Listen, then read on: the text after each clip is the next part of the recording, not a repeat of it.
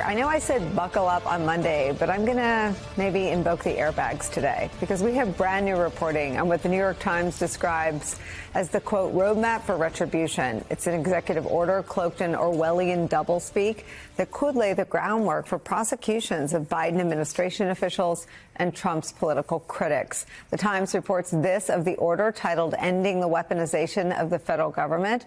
Quote, Trump's new executive order directs the Attorney General and the Director of National Intelligence to investigate the previous administration's actions with the aim of unearthing political bias in the agencies they oversee, as well as in others, like the Securities and Exchange Commission and the Federal Trade Commission. They will then report back to the White House, quote, with recommendations for appropriate remedial actions. Now, what this amounts to is an attempt to put Trump's words to paper and action. But those are cases, it's called weaponization. Never happened in this country. They weaponized the Justice Department. I think the people know it's a political persecution. It's a political hoax. They've weaponized the Justice Department. They've weaponized the FBI. That is just a minuscule fraction of the times that Donald Trump has alleged that the government was weaponized against him. He said it over and over and over and over again without ever presenting a single scrap of evidence. In light of all that, the outcome of the search for political bias appears to be preordained by Donald Trump, and this executive order is just part of a series of actions intended to punish critics, to silence them, and to embolden and empower his allies. More from the Times reporting, quote, they included a highly unusual separate order that stripped the security clearances of dozens of former intelligence officials whom Trump has viewed as his political enemies. Another order gave the White House authority to grant immediate top-secret security clearance to any official for up to 6 months, circumventing the traditional background process managed by the FBI and the intelligence community. It also includes stripping Secret Service protection for John Bolton. He's Trump's former national security advisor turned fervent critic. Bolton has been the target of death threats from Iran. In a statement, Bolton said this, quote, I am disappointed but not surprised that Trump has made this decision, notwithstanding my criticisms of President Biden's national security policies. He nonetheless made the decision to once again extend Secret Service protection to me in 2021. The Justice Department filed criminal charges against an Iranian Revolutionary Guard official in 2022 for attempting to hire a hitman to target me. That threat remains today, as also demonstrated by the recent arrest of someone trying to arrange for Trump's own assassination. The American people can judge for themselves which president made the right call.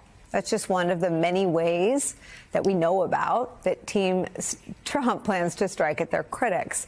New York Times reports this, quote, even where the internal inquiries ordered by Trump do not lead to investigations or prosecutions, they could yield information that he could use to publicly criticize or harass federal workers or officials he perceives as enemies, a practice he employed regularly during his first term and appears to be continuing. The New York Times describes the building blocks of the retribution campaign as, quote, payback dressed up in the language of victimhood. And no single MAGA fellow traveler exemplifies that better than at this moment, than the newly pardoned leader of the Proud Boys, Enrique Tarrio. Listen to him.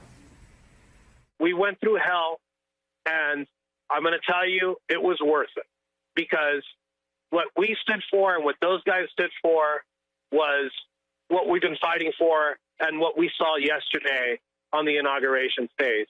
We need people like Pam Bondi, Kash Patel, and the rest of Trump's cabinet to right all these wrongs. Well, now it's our turn. Now it's our turn. I'm happy that the president's focusing not on retribution and focusing on success, but I will tell you that I'm not going to play by those rules. The people who did this, they need to feel the heat. They need to be put behind bars, and they need to be prosecuted.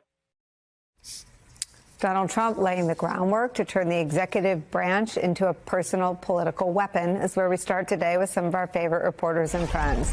New York Times Washington investigative correspondent Mark Mazzetti's here, one of the reporters bylined on that reporting we read from. Also joining us, Assistant Attorney General for National Security at the Justice Department, now an MSNBC legal analyst. Mary McCord is here. She's the co-host of the podcast Main Justice, along with Andrew Weissman, a former top official at the Department of Justice, also an MSNBC legal analyst. Mark Mazzetti, the reporting that you and your colleague Mike Schmidt have in the paper today is, I guess John Bolton captures it, right? Disturbing but not surprising, or harrowing but not a shock. Talk about what it means, the sort of policy direction that has now been greenlit and unearthed for the Department of Justice. Well, I think one of the things that you're seeing from these executive orders is that this is a much more carefully thought out plan to go after potential enemies than was carried out in the first Trump term. As you recall, there were these haphazard efforts.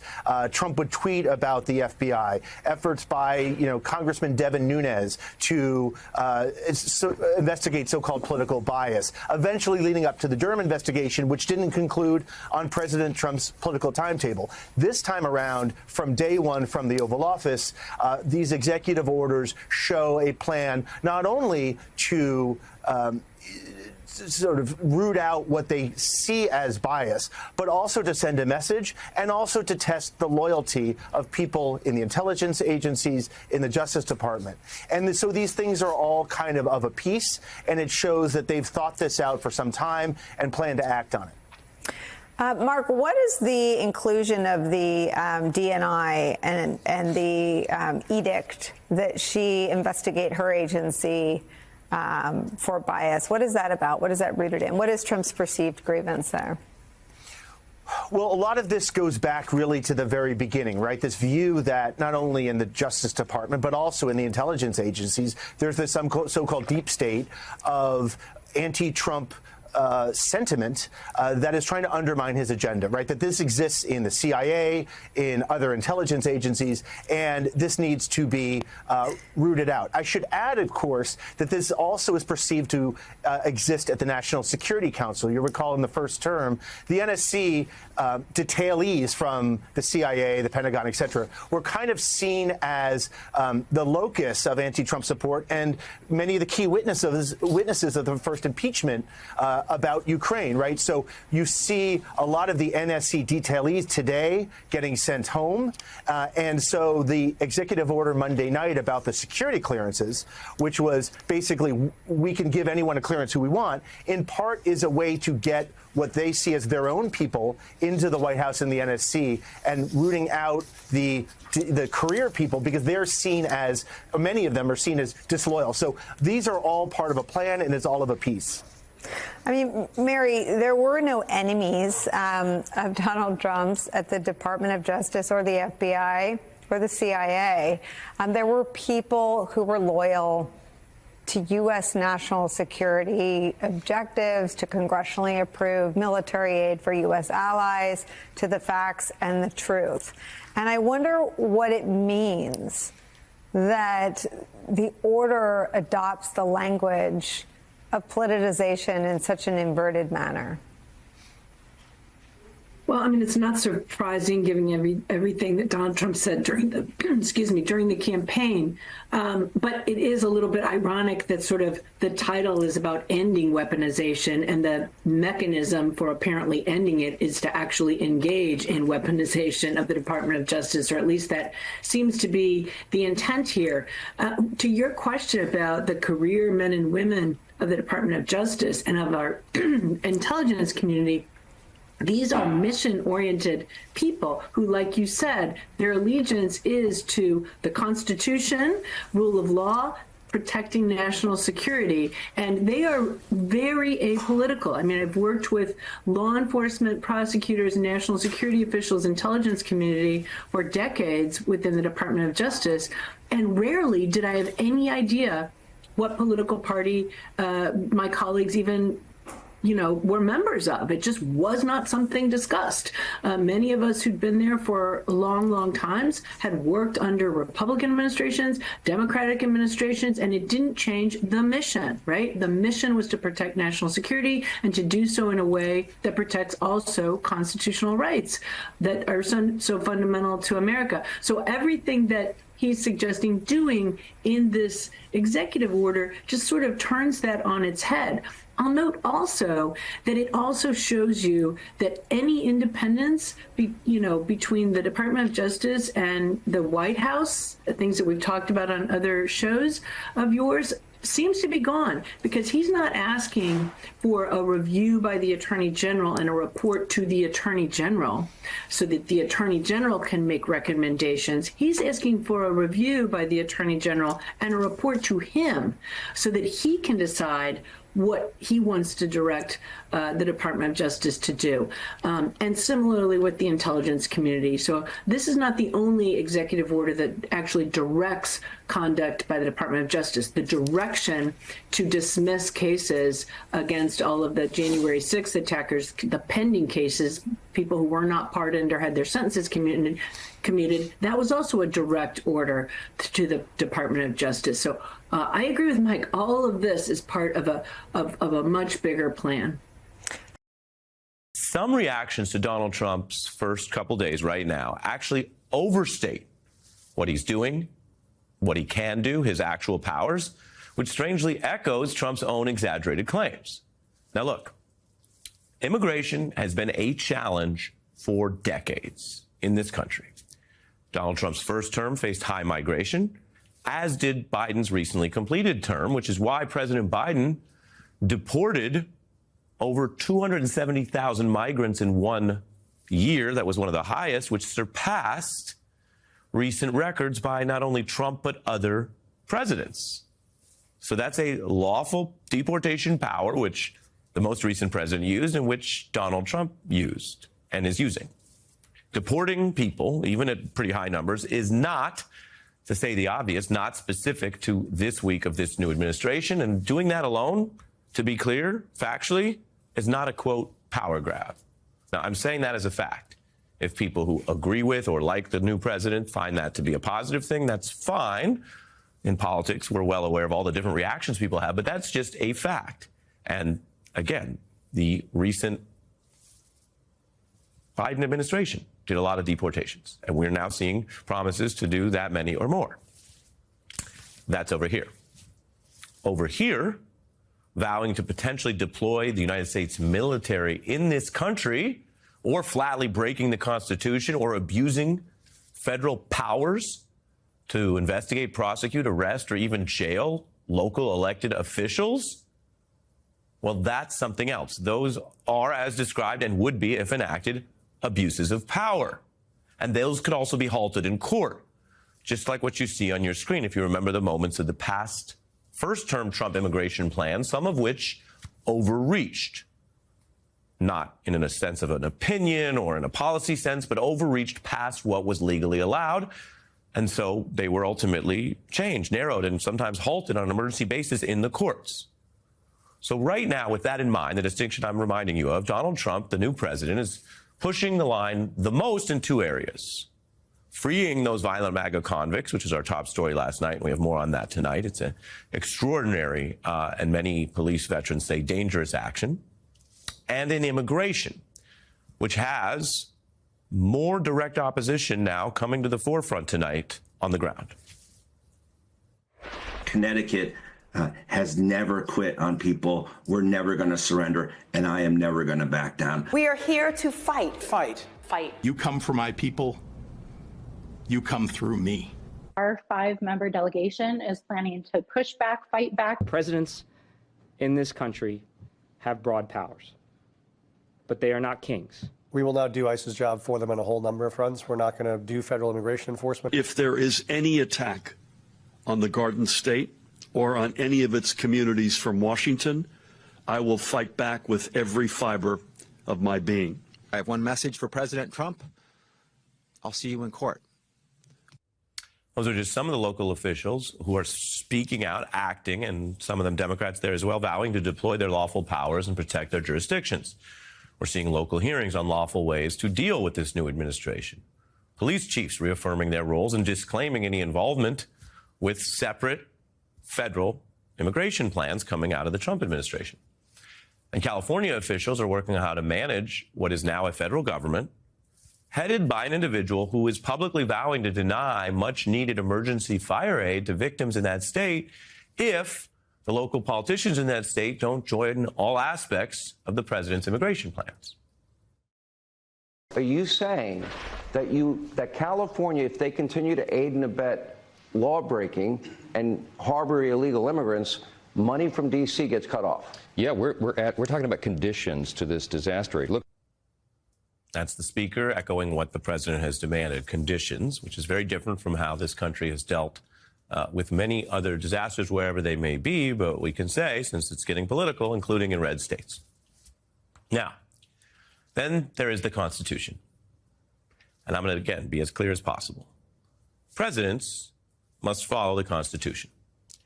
The oath President Trump took on Monday, as other past presidents have taken it, you see there, is to, quote, preserve, protect, and defend the Constitution.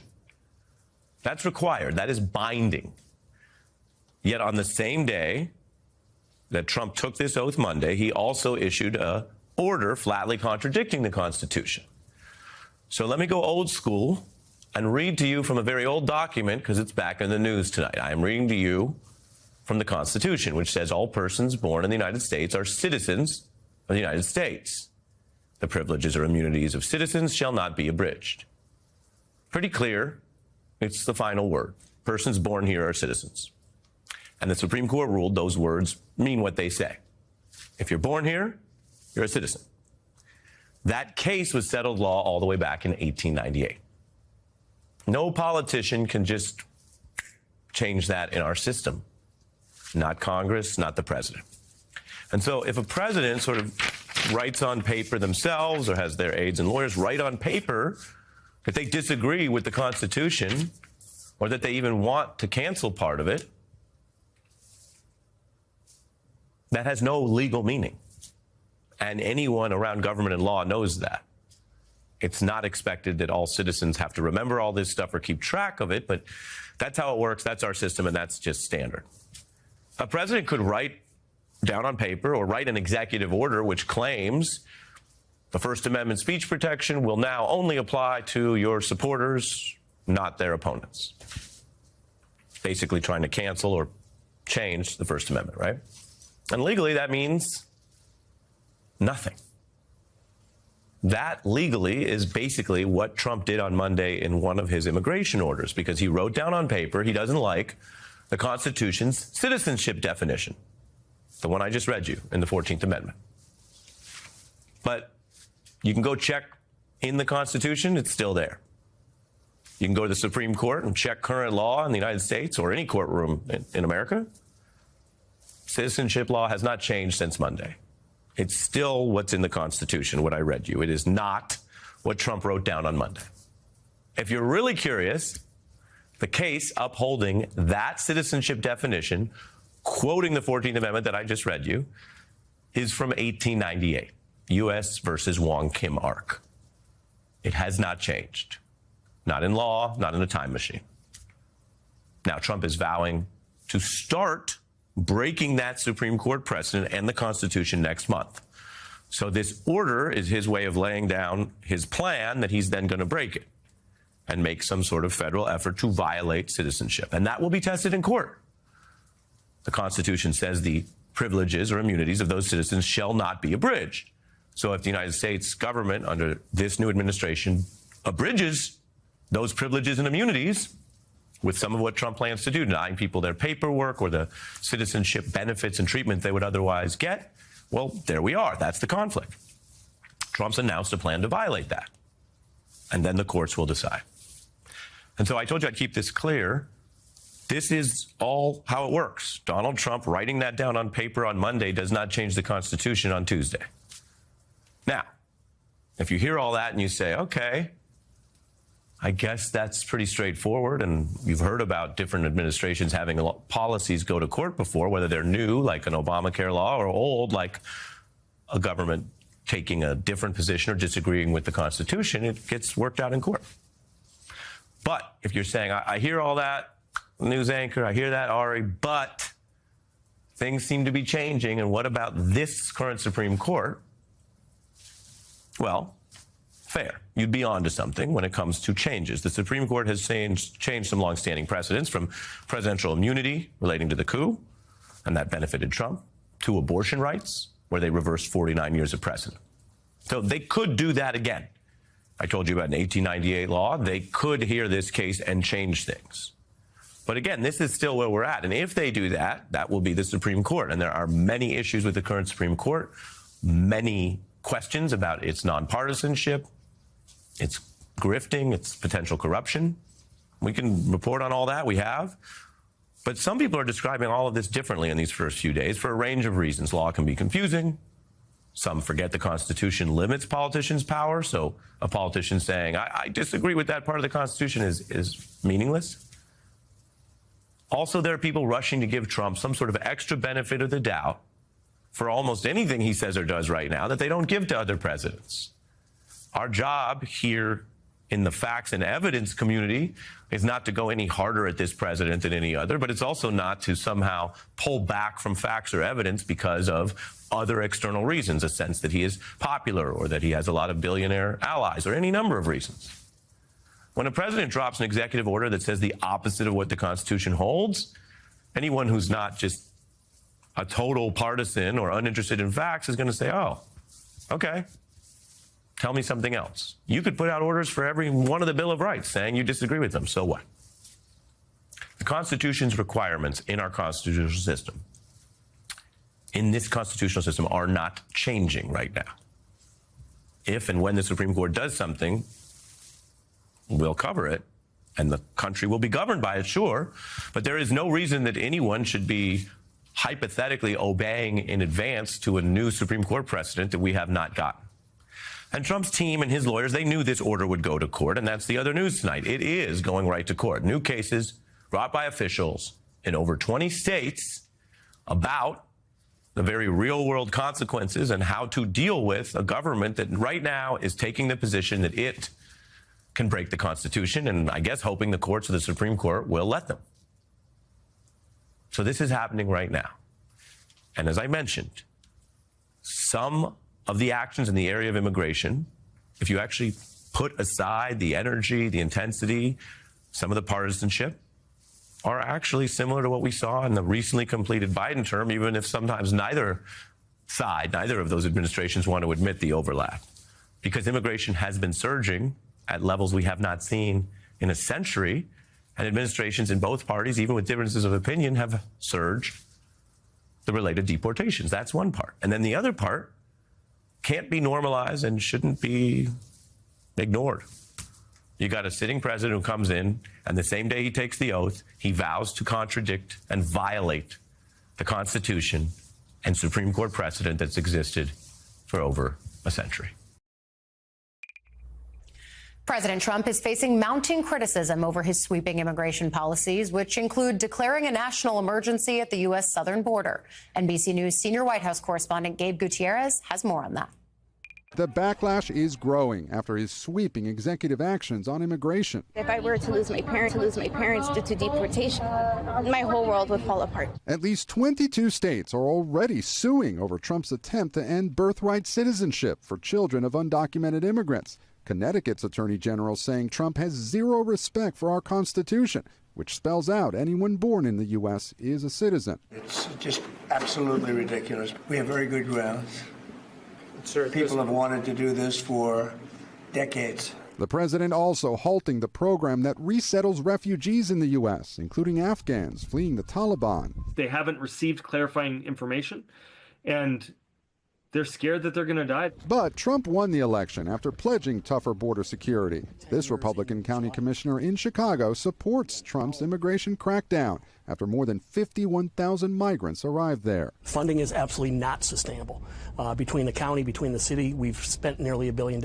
And after labeling cartels foreign terrorist organizations, Trump is not ruling out sending special forces into Mexico. Stranger things have happened. Mexico's president said today that her country would defend its sovereignty, but act in a humanitarian way with migrants waiting across the border. The Trump administration has also ordered all federal employees in diversity, equity, and inclusion roles to be placed on paid leave by the end of the day today. A new memo issued yesterday set the deadline of no later than 5 p.m. Eastern to inform employees they'll be put on paid leave as agencies prepare to close all DEI-related offices and programs and remove all websites and social media accounts. It also asks federal agencies to submit a written plan by the end of this month for dismissing their employees. It's unclear how many people would be affected. The White House did not immediately respond to NBC News for comment. President Trump signed an executive order Monday ending those DEI programs in federal agencies. Yesterday, he signed another targeting diverse hiring practices at the Federal Aviation Administration, arguing the initiatives penalized, quote, hardworking Americans who want to serve but are unable to as they lack a requisite disability or skin color. Joining us now, politics reporter for the nonprofit news organization Notice, Jasmine Wright.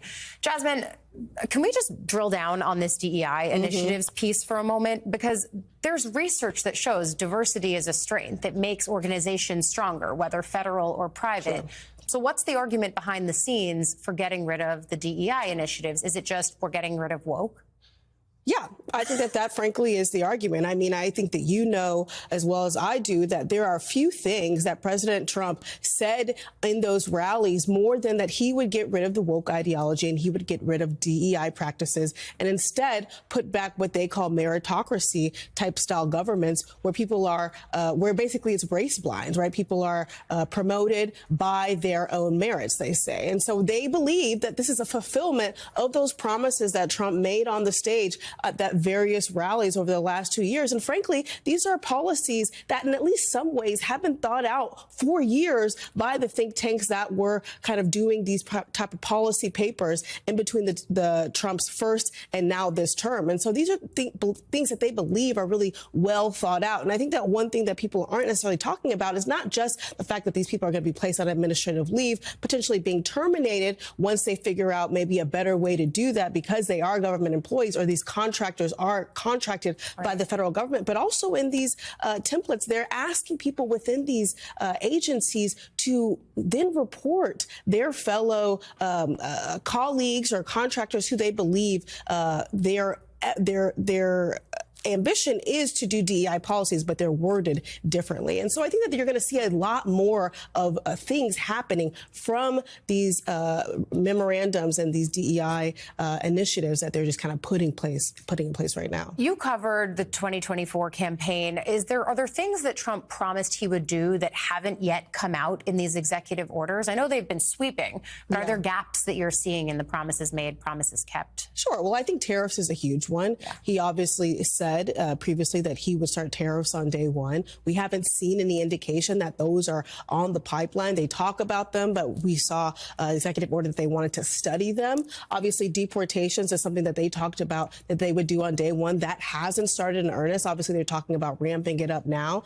I reported that they kind of wanted DHS Secretary Kristi Noem to be in position before they really started a whole-scale revitalization of the immigration process. So those are some of the major things that he promised on day one that haven't been done. But I think you can kind of go through the litany of things that he promised throughout those 2 years of rallies to see what is and what isn't being done. But certainly they don't believe that DEI would be on that list. Absolutely. And I think when you do go through that list, you see a lot of those executive orders, the kernels of them go from campaign trail to actual policy. Immediately then you saw the birthright citizenship efforts that he put forward, challenged in court. We were just talking to Skye Perryman in the last block about the future legal efforts. I think a lot is going to be tied up in court. Yes. Do you think that does anything to deter or change the way the administration goes about some of these actions? I actually don't. I think a lot of these things like birthright, like some of their immigration policies, they want the Supreme Court to take up because then the Supreme Court can make that final decision. Some of these executive orders or these bills that they're putting past are kind of fodder for these legal actions so that they can be adjudicated by courts that they believe are more favorable to Republicans and to conservative ideas. And so I think that they're going to go about, trying to fundamentally change the government through executive order until Congress can get on board with some of these initiatives, and come what may with the legal challenges, because first of all, they've achieved their message with their voters saying that, hey, we did do this. It's the court stopping us, or it's more liberal think tanks and lawyers stopping us. And then potentially they can get the outcome that they want in the courts because of the way that the courts are being kind of shopped around by conservative outlets. Yeah, I do think that there is a confidence that this administration has in elevating these issues through the courts. I think you're completely right about that. Jasmine Wright, thank you for joining us. International backlash is building today against Donald Trump's vows to acquire both Greenland and the Panama Canal. First, it was a Danish member of the European Parliament who used some colorful language to reject the idea that Denmark would ever sell Greenland. Dear President Trump, listen very carefully. Greenland has been part of the Danish kingdom for 800 years. It's an integrated part of our country. It is not for sale. Let me put it in words you might understand. Mr. Trump, off. If the translation was correct, the term you used is not allowed in this House. Regardless of what we think of Mr. Trump, it is not possible to use such language. And then, just this morning at the World Economic Forum in Davos, Switzerland, here's what the president of Panama said when he was asked about Trump's threats to take the canal by force. Mr. President, are you worried about an American invasion? Lo mismo que allá. Have you congratulated Mr. Trump yet? Por favor, presidente Molina. Be serious, be serious. Would you like to congratulate Mr. Trump? I already did when he won. Let's bring in Eugene Daniels, White House correspondent for Politico and an MSNBC political contributor. This is where we are now, Eugene. But look, Panama's president said, be serious, right? So there are a lot of people who are asking, is Trump serious? Is the Panama Canal a hill he's willing to die on? How serious is he? I think what he's serious about is the concept of kind of America expanding and the idea of America becoming, bigger in a way that really the country hasn't done in a very long time. I also think it's more of a show of strength, right? He wants folks to see this country as one that has the capability of expanding to other countries that folks are taking over the Panama Canal, which is not as easy. Is not easy. It's easier said than done, right? That's at the top of the list. But I do think this is one of those things that if you know Donald Trump, as we all do, when he kind of gets obsessed with something, it keeps coming up and it keeps coming back. And he has talked to his aides about what that would actually look like, both for Greenland and for the Panama Canal. And it's not something that other presidents have never talked about, right? George W. Bush talked about the Panama Canal, for example. That's something that has been a part of the conversation. I think because of the way that Donald Trump does it, people seem to want to think that it's a joke. It's hard to know what's going on in Donald Trump's head. And if he was serious when he said he's not ruling out kind of any military or economic powers to take over these areas and these places, but he is serious about the expansion of the country in some kind of way, because he knows that it speaks to his base. Well, Politico has been reporting that Greenland's prime minister said he is working to arrange a meeting with Donald Trump. How do you see this desire by Trump to take over Greenland? Population, I think, 57,000 playing out. Yeah. Will they meet, you think? Probably not well, because it's been made very clear is that they're not for sale. It would have to actually, the Danish would actually have to sell it to us. And as we heard from the floor, that is not the case. He used an expletive in when he was talking about it, that minister. But it's been very clear that is not what's happening. But it will bring these folks to Donald Trump. It will make them have a conversation with him. I spoke to the Canadian prime minister, or the the Canadian ambassador a few weeks ago about him talking about Justin Trudeau as the 51st governor of or the governor of the 51st state. And what they said is what leaders around the country around the world are trying to figure out is, when is Donald Trump just messing with them? When is he just joking with them? And when are these things serious? But they're not taking these things as serious as a lot of us might be, because they're trying to get relationships with him and figure out what to do, because he will be president and have to engage with him over the next 4 years. Yeah, it's a fine line to walk, right? One of the non-profane statements that I found very interesting came from a Danish government conservative MP who said this level of disrespect from the coming U.S. president toward very, very loyal allies and friends is record-setting. Eugene Daniels. Well, we know President Trump always likes to set records and be the best. So there you have it. Always good to see you, my friend. With us now is Colorado Attorney General Phil Weiser, who is one of the attorneys general involved in the lawsuits. Attorney General, thank you very much for your time. What is the premise of your lawsuit? The premise is the Constitution is clear. If you're born in this country, you are a citizen, period. The idea that a president could seek in an executive order to override the Constitution, it's wrong. It's harmful to people who are here and have this status as citizens, and we're going to stop it in court. And so do you think that the president's executive order is, in fact, a flagrant violation of the Constitution? I mean, is the executive able to change the Constitution through an EO? Jose, those are the words I've used. This is a flagrant violation. It is flatly unconstitutional. And I believe that when a judge looks at this, it's not going to be a close case. The 14th Amendment was adopted to override the Dred Scott decision, a decision that lives in infamy because it said that someone born here because they're black is not a citizen. That was overridden. Everyone who's born here is a citizen. That's the policy of our Constitution, and it's part of who we are as Americans, that we are, out of many, we're one. E pluribus unum is our motto. That's what we're fighting for in this case.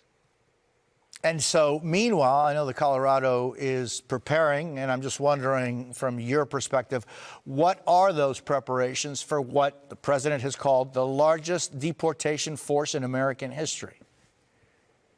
My message to Coloradans and to Americans is that we live under the rule of law, not the rule of whim. A president can't do whatever he or she wants. We have to treat immigrants fairly, and there are processes that need to be followed before someone can and would be deported. Someone applying for amnesty, someone who is a dreamer, has certain status, and the idea of mass indiscriminate roundups is not how we do things in America. And if it happens, it's very likely citizens are going to get deported too. And the amount of harm that's going to happen, the amount of negativity and demonization right now, it's not who we are. I am here as an American because of the spirit of welcoming. My mom and my grandparents survived the Holocaust. They were liberated by U.S. soldiers. They were welcomed to the United States of America by a spirit that we want to support you and your future. And the idea that we're having all this rhetoric out there that's scaring people and threatening these indiscriminate roundups, it's wrong. And we're going to make sure we follow what lawyers call due process of law, that everyone's treated fairly, that the law is followed, and that if people are in a process, they get to see it through and can't be indiscriminately deported. I'm just wondering, Attorney General, where do you draw the line as far as legality, the rule of law, respecting the rule of law, and yet carrying out the rule of law? If people are here and they have committed a crime, though more than 1 million people who already have been ordered to leave the country after their processes were adjudicated, where do you draw the line there? Jose, you've done a great job drawing the line. This is what's so sad about the moment we're in. There are lots of people, you put the figure at 1 million, who've gone through the process. They have been given due process of law. They are eligible to be deported. That is the sensible place to start, by deporting people who have gone through the legal process. If you have committed a crime and you've been judged as a criminal, you have forfeited any rights to any more process, and you can be deported. Those are cases where deportation is lawful. But if you're a dreamer and you're being threatened with immediate deportation, or if you're applying for asylum or have another legal process underway, we don't short circuit that process. We allow it to run its course to make sure you're treated fairly.